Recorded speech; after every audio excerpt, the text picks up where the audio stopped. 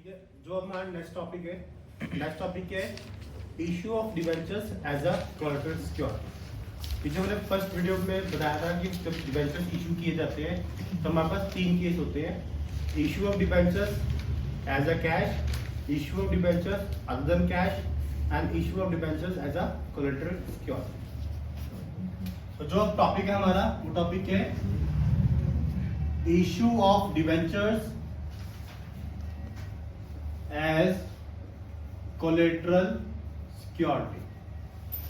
Collateral security का मतलब क्या है कि तुम डिवेंचर्स इशू कर रहे हो, बदले में तुम कुछ चीज गिरवी रख रहे हो। ठीक है, कभी कभार कंपनी के ऊपर ट्रस्ट नहीं होता तो कंपनी से कोलेटरल सिक्योरिटी मांग लेते हैं। कभी कभार बैंक कंपनी क्या करती है, बैंक के थ्रू कोलेटरल सिक्योरिटी करवाती है। ठीक है, तो उस केस में हमें केस करना पड़ेगा और ये मैक्सिमम केसेस में डिवेंचर्स ऐसे ही इशू होते हैं कोलेटरल सिक्योरिटी के बेसिस पे। और ये क्वेश्चन आता है पेपर में, ऑप्शन में आएगा, या तुम्हें कोलेटरल सिक्योरिटी करनी होगी या शेयर्स चैप्टर की बैलेंस शीट बनानी होगी। तो आपको जो इजी लगे आप दोनों में से वो क्वेश्चन अटेम्प्ट कर सकते हो। तो पेपर में आएगा क्वेश्चन। ठीक है, इश्यू ऑफ कोलेटरल सिक्योरिटी में हमारे पास 2 मेथड है। कितने मेथड है? 2। पेपर में दोनों के दोनों भी डाल सकता है और दोनों में से कोई एक भी डाल सकता है। वो 2 मेथड क्या है हमारे पास? फर्स्ट मेथड बोलता है when general entry is not passed, कि आपने क्या करना है, जनरल एंट्री पास नहीं करनी। ठीक है, फर्स्ट टॉपिक है when general entry is not passed, कि जब आपकी उस केस में जनरल एंट्री पास ही नहीं होगी तो विदाउट जनरल आपने कहा कौन जनरल डायरेक्टली बैलेंस शीट में, कि आप इस केस में जब जनरल एंट्री पास नहीं कर रहे ना तो आपने एज इट इज लास्ट में आंसर में बनाना क्या है, बैलेंस शीट बनानी है। क्या बनानी है? Balance sheet of a company. तो जब आप कंपनी की बैलेंस शीट बनाते हो तो उसका फॉर्मेट बिल्कुल ही चेंज है। फॉर्मेट क्या है बैलेंस शीट का? पर्टिकुलर्स, नोट्स टू अकाउंट्स और अमाउंट। क्या आप ऐसे बैलेंस शीट बनाओगे?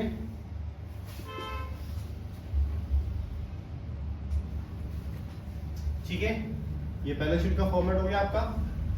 छोटी सी बैलेंस शीट बनती है इसमें। ठीक है, बैलेंस शीट में सबसे पहले क्या आता है आपका? First equity and liability. ठीक है, इक्विटी एंड लायबिलिटी ले लिया। इसके अंदर फर्स्ट आएगा आपके पास शेयर होल्डर फंड, पर शेयर होल्डर फंड का हमें कोई भी काम नहीं है। सेकेंड आएगा आपके पास non current liability. Non current liability के अंदर आता है हमारे पास लॉन्ग टर्म बोरिंग। ठीक है, आपने क्या लिख दिया? नॉन करंट लायबिलिटी के अंदर फर्स्ट लिखी long term borrowing. Long term borrowing के सामने लिख दिया नोट टू अकाउंट में नंबर 1। तो अब आपको लॉन्ग टर्म बोरिंग की अमाउंट निकालनी पड़ती। लॉन्ग टर्म बोरिंग की अमाउंट कैसे निकाली जाएगी, उसका एक फॉर्मेट है। तो आपको क्या बनाना पड़ेगा? नोट्स टू अकाउंट्स बनाने पड़ेगा। थर्ड बुक में मैंने करवाया था जब आपको कि जब भी बैलेंस शीट बनती है कंपनी की तो कंपनी साथ में कैलकुलेशन क्या करती है, सारी नोट्स टू अकाउंट्स में करती है। तो जब भी नोट्स टू अकाउंट्स बनेगा तो वो बैलेंस शीट के बाद बनता है। तो बैलेंस शीट के नीचे क्या लिखा जाएगा? Notes to account. Notes to accounts में पहला बनेगा आपका लॉन्ग टर्म बोरिंग, कि आपने क्या करना है, लॉन्ग टर्म बोरिंग की अमाउंट कैलकुलेट करनी है। क्लियर? तो फर्स्ट आपने लिख दिया लॉन्ग टर्म बोरिंग में। तो देखो अमाउंट कैसे कैलकुलेट की जाएगी। इसमें आपने इसमें लिखना है टर्म लोन फ्रॉम बैंक, कि आपने बैंक से लोन कितने का लिया। ठीक है,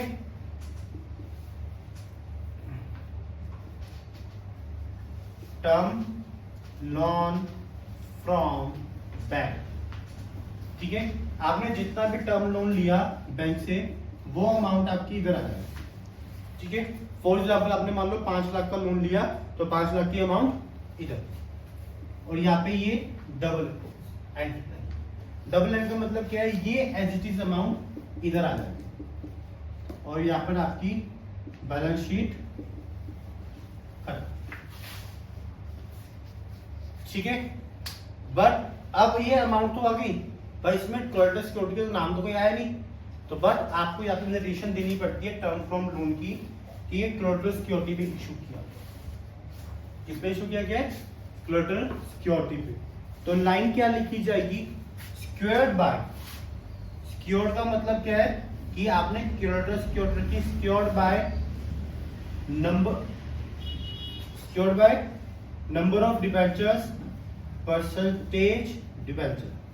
ये मान लो आपने 10,000 डिबेंचर्स रखे, 10,000 डिबेंचर्स, 10% डिबेंचर्स ऑफ 100 ईच। ये एक डिबेंचर्स कितने का है, 100 रुपए का डिबेंचर्स है, तो वो आपने क्या कर दिया, इशू करा। डिबेंचर्स पे इशू करोगे तो उस केस में आप लिख देना है as a collateral security.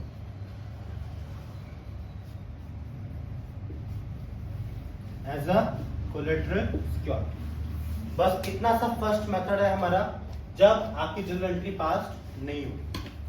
Simple method है और 3 नंबर में क्वेश्चन आता ही आता है, when general entry is not pass. तो आपने बैलेंस शीट बनानी है अपनी, बैलेंस शीट के बाद नोट्स टू अकाउंट्स बनाने हैं, लॉन्ग टर्म बोरिंग लिखना है उसमें लिखा जाएगा टर्म लोन फ्रॉम बैंक, जितनी अमाउंट होगी as it is amount balance sheet में, अमाउंट चली गई बैलेंस शीट में। उसके बाद नरेशन लिखनी है secured by number of debentures percentage debentures of 100 each as a collateral security। और यहाँ पर आपका फर्स्ट मेथड खत्म। ठीक है, सेकंड मेथड जो है हमारे पास इश्यू ऑफ डिबेंचर्स का।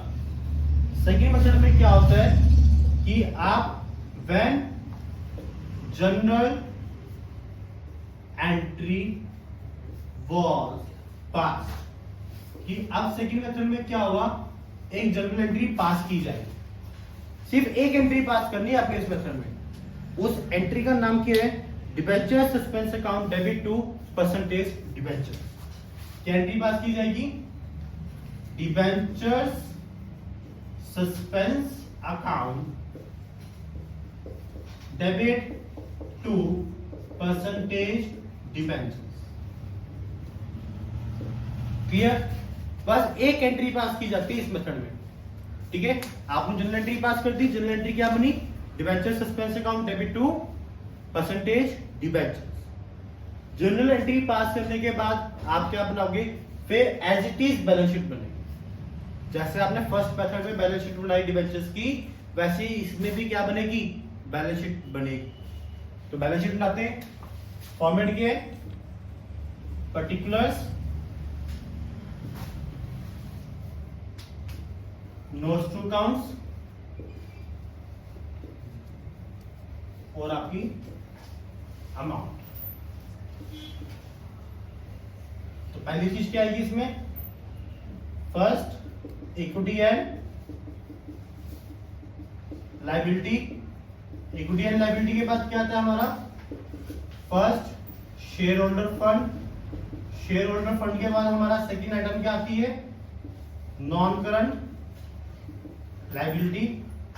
नॉन करंट लायबिलिटीज के लिए अंदर फर्स्ट फंड क्या आता है, लॉन्ग टर्म बोरिंग। जो लॉन्ग टर्म बोरिंग्स होगी वो आप लिख दोगे, और वही नोट नंबर 1 यहाँ पर आपकी अमाउंट आनी चाहिए। ठीक है, और यहाँ पे आपका क्या हो जाएगा, बैलेंस शीट का टोटल, या बैलेंस शीट खत्म।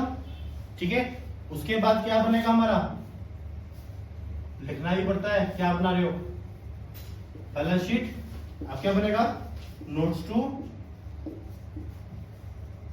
अकाउंट। नोट्स टू अकाउंट्स में क्या होगा, फर्स्ट वही चीज जैसे हमने इसमें बनाया था, first item long term borrowing. ये आपने किसकी कैलकुलेशन निकालनी है, लॉन्ग टर्म बोरिंग की कैलकुलेशन निकालनी है। Long term borrowing calculation same ऐसे निकलेगी, टर्म लोन फ्रॉम बैंक। जितना भी आपने टर्म लोन दिया बैंक को, लिया बैंक से, उतना आप लिखोगे। क्या लिखोगे कैलकुलेशन में, टर्म लोन फ्रॉम बैंक, और जितने भी अमाउंट होगी उसको आपने यहाँ पे लिखना है ब्रैकेट में क्रॉस लगाकर, ठीक है। उसमें आपने अब थोड़ा लिटिल चेंज है कि जब आपकी जर्नल एंट्री पास होगी इसमें एक चीज प्लस होती है और एक चीज माइनस होती है, ठीक है। नोट्स टू अकाउंट्स कैलकुलेट करने के लिए टर्म लोन, तो उसमें प्लस क्या होगा कि आपने जितने डिबेंचर्स इश्यू करे एज अ कोलैटरल सिक्योरिटी, कि आपका ऐड हो जाएगा कि number of debentures percentage debentures of 100 is as a collateral security, ठीक है। ये जितने भी आपने कोलैटरल सिक्योरिटी के डिबेंचर्स इशू करे उसकी अमाउंट यहां लिखी है आपने, ठीक है। उसमें से आपने माइनस करना है ये डिबेंचर सस्पेंस अकाउंट की, जितना जर्नल एंट्री में डिबेंचर सस्पेंस अकाउंट लिखा उसकी एज इट इज अमाउंट यहां से क्या कर दोगे, माइनस कर दोगे। तो लेस डिबेंचर्स सस्पेंस अकाउंट, जो अमाउंट आएगी वो अमाउंट यहाँ पे माइनस, और जो इसका नेट इफेक्ट जाएगा वो बाहर जाकर, और जो आंसर आएगा आपका ये आपका चला जाएगा बैलेंस शीट। क्लियर? तो ये आपके पास सेकंड मेथड था, issue of debentures as a collateral security when journal entry was passed. Clear?